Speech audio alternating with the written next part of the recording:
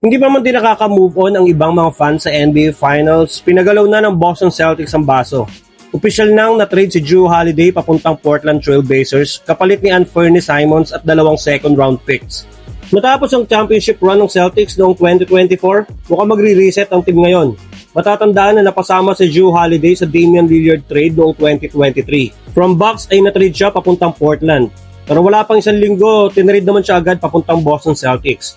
At doon, nakuha niya ang kanyang ikalawang kampyonato. Pero ngayon, isasauli na daw siya ng Boston, so balik Trail Blazers si Jrue Holiday. Ayon kay Shams Charania, isa daw sa mga dahilan nito ay ang lumulubong payroll ng Celtics. At ayon pa sa kanya, may mga ilang veterans pa daw na naka-line up for trade na hindi pa pinapangalanan.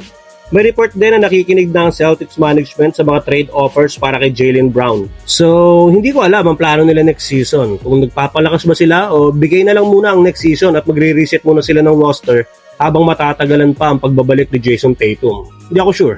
Sama ko na din na si Kevin Durant ay tuluyan ng na-trade sa Houston Rockets. Actually, kahapon pa to, kasabay kasi ng Game 7 ng Finals.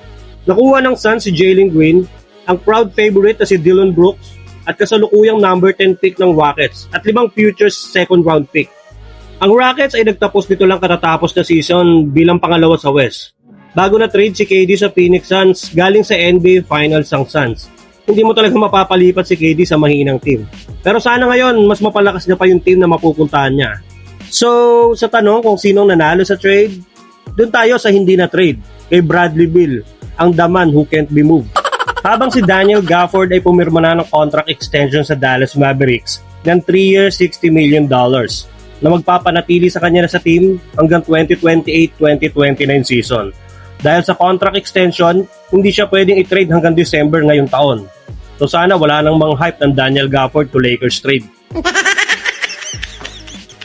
So sa galaw na to ng Mavs, nagpapakita ito na naka-win now mode sila this season. At kahit matatagalan pa ang pagbabalik ni Kyrie Irving sa team, star-studded pa din ang team with Daniel Gafford, Derek Lively, Klay Thompson, Anthony Davis, at ang inaasahang idadrop ng team na si Cooper Flagg.